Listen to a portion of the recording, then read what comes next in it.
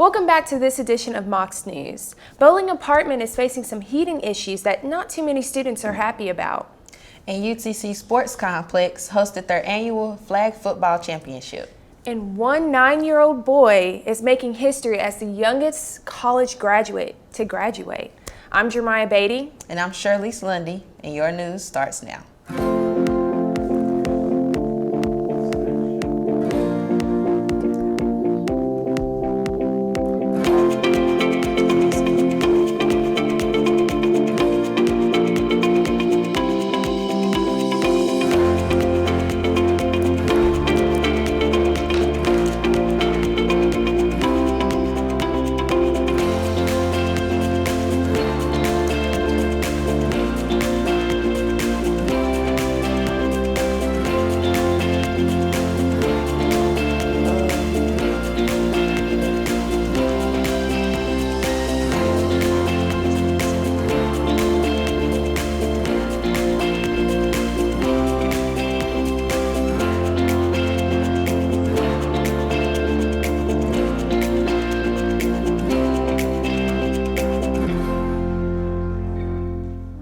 We hit a record in cold weather this week, but it got really cold for students living in Boland Apartments. Our Patrick Redding got to talk to students that were affected.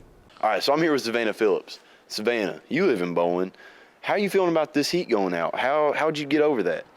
I'm still cold, so I'm sleeping with like a really thick comforter and like 4 blankets. It's a struggle out here. How long has it been out?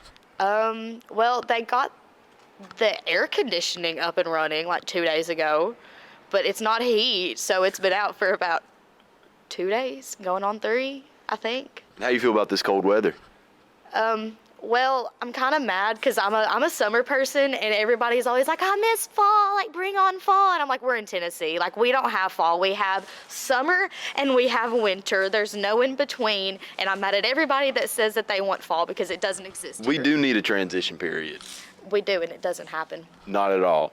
Sammy, you live in Boland. You're kind of an expert on the situation. I am. Tell us about that heat, girl. So basically, it didn't work well to begin with, and then it went out and it started getting really, really cold.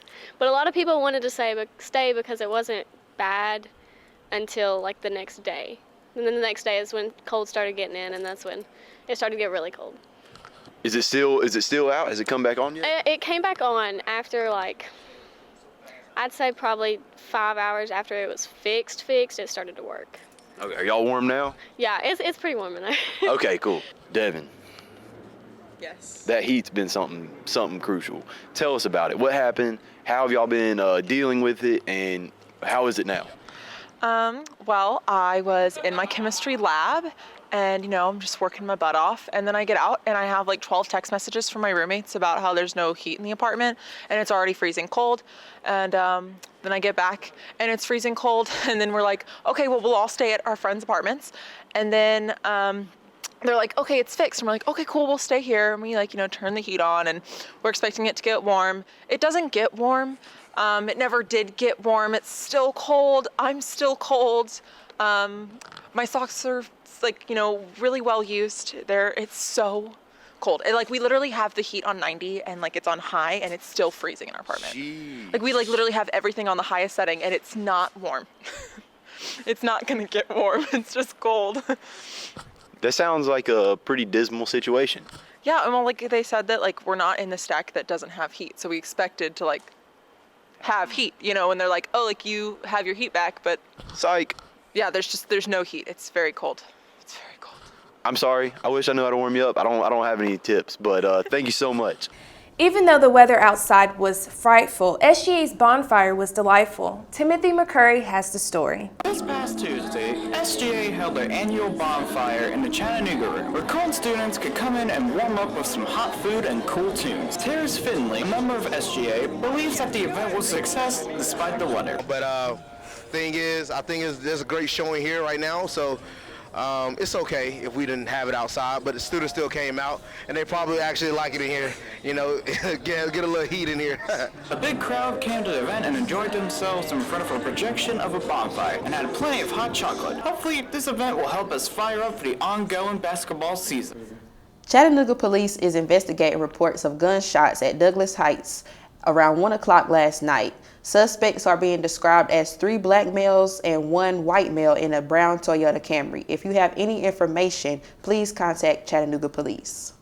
Freshman Senate presents Battle of the Courts. This week, our Mocs had the chance to get out on the basketball court to show off their talent. This 2-day event forced students out of their dorms and into the gym for some physical gameplay. The event was an overall success and left students pumped and ready for Thanksgiving break. All right, it is now time for weather. Fall is now falling back. This week we saw snow and temperatures below freezing. That's right. Let's see if our winter coats are here to stay. Thanks, anchors, and welcome back for your weekly weather news report. This week, you may not want to let go of those winter jackets just yet. We still have some cooler weather ahead. Friday, expect mostly cloudy skies with a high of 56 and a low of 36. Saturday, expect sunny skies with a high of 60 and a low of 34. Sunday, expect mostly cloudy skies with a high of 60 and a low of 37.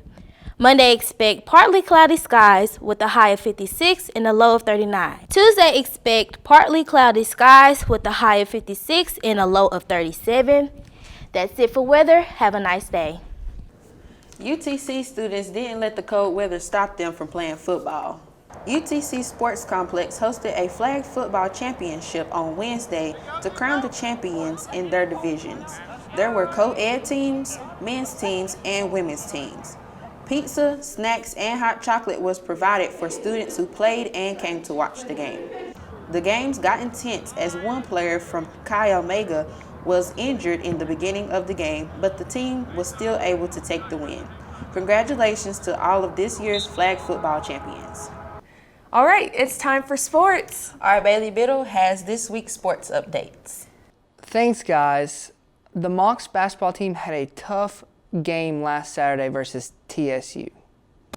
On Saturday, November 8th, our Mocs had its season home game with Tennessee State University Tigers.